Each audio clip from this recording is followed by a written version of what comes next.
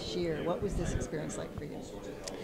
Probably something that, definitely I'll never forget, but something different from everything I've had before. It was extremely special, with a lot of selflessness, and a lot of dedication just to come together and try to do something that no one expected us to do.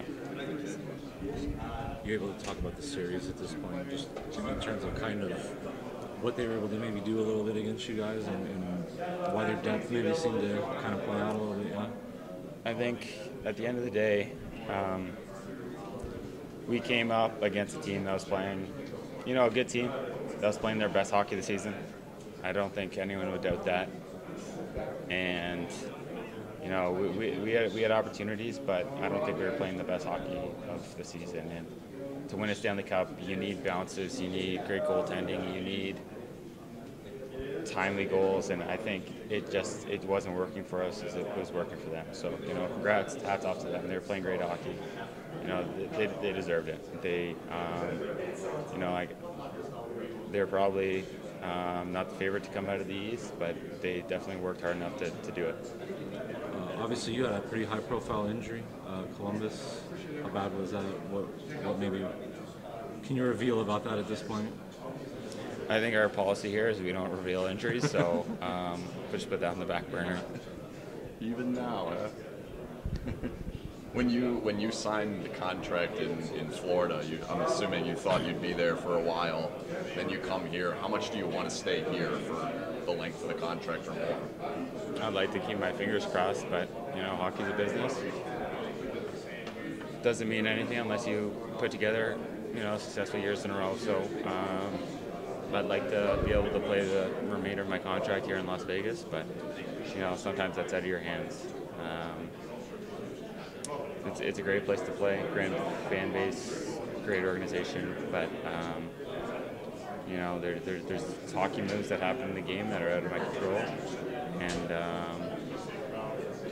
I'd like to be able to be here and try to win a Stanley Cup here. What surprised you most about the city? Well, I think it surprised everyone. It's just the support.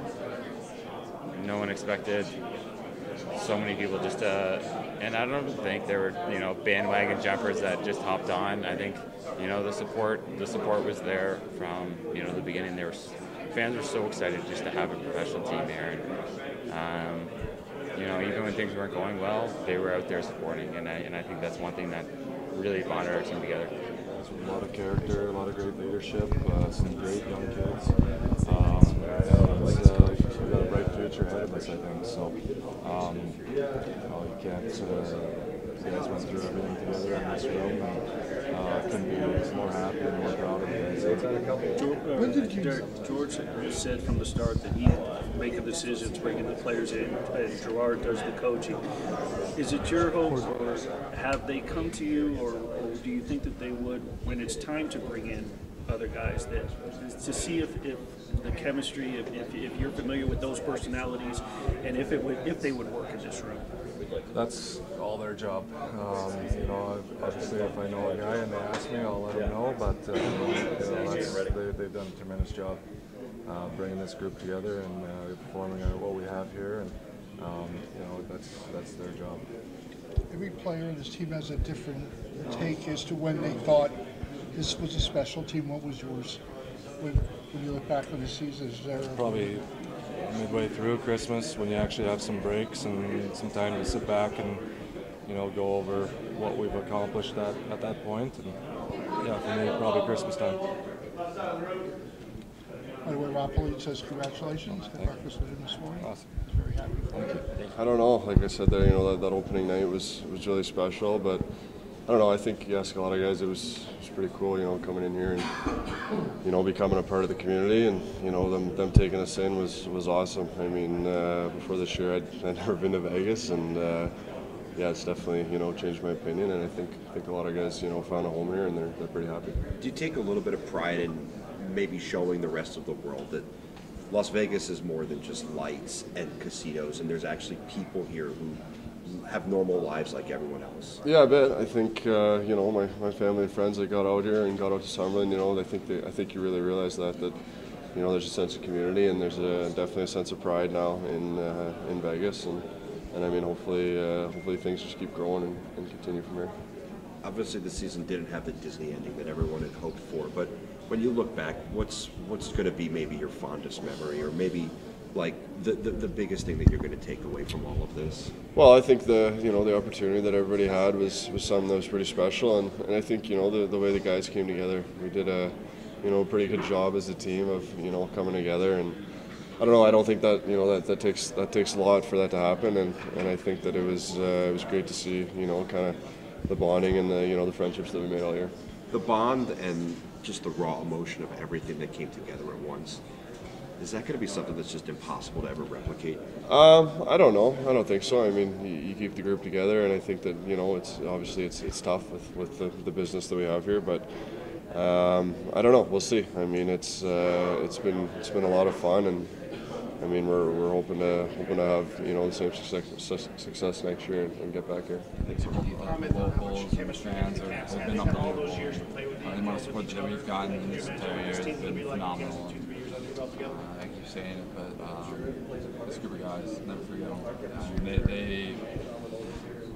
They taught me what it's like to be a pro hockey player, and they showed me the way, and we had a good competitive core, and we had a lot of chemistry on and off the ice, and it helped me tremendously. It helped me come in my own, figure out who I wanted to be on the team, and what kind of player I am, and it's very great. Alex, this roster is going to take, the complexion is going to look a little different next year, obviously. There's going to be some young guys. You're no longer going to be one of the young guys. What would be the most important message you'll give to some of the younger guys who possibly try to make this team, as far as the locker room is concerned? It's as long as you're yourself and you're true to yourself. Yes, just having a lot of respect for the guys in this locker room goes a long way. I look up to a lot of guys in this locker room. Honestly, being a part of this team is something special, and you should never take it for granted. Obviously, I think you would agree the roster's set up. What George has done, whether it be you guys or guys that will be in Chicago next year, they'll never have what was an expansion season for most people. That has to excite you. Like you're ready to contend, obviously, for the future. Yeah, I mean, I think we have a really good team in this locker room, and we'll come back stronger next year. I think me personally, having some experience under my belt will help me a lot. I think it'll be good. We have our feet in the water this year, and it was a good first year to say the least. No, I think we're in a good position right now for trying to win a cup. How important is everyone talks about the room, and obviously some will go and there will be moves and they'll sign people. Would that be your most, not concern, but focus to keep the room how it was and not disrupt that? There's a lot of big key guys that might not be with us next year, and it'll obviously change the room dynamic a little bit because you won't have those personalities in the locker room, but you can't really think about that because we have such a good core group of guys that are going to be here for years to come, and I'm just really excited to be a part of it. It's very fun to come to the rink every day when there's somebody who is willing to fight for you and just believing in that same goal, and it's kind of hard to explain. It's just we're just such a close group where nobody else thinks you're good or you're anything except for the guys in the room, and that's a good feeling to have. It's easy to go to battle with that, right? Yeah, exactly. Any day. Thanks, Eric. Thank you. At one point in the season, you were, I think, tied for the most third-period goals in the league, and I brought it up to you, and you said, "Don't bring it up because you don't want to, you didn't want me to jinx anything." Can you just go back and now, I mean, talk about you came up big in some big spots this year, a lot for this team.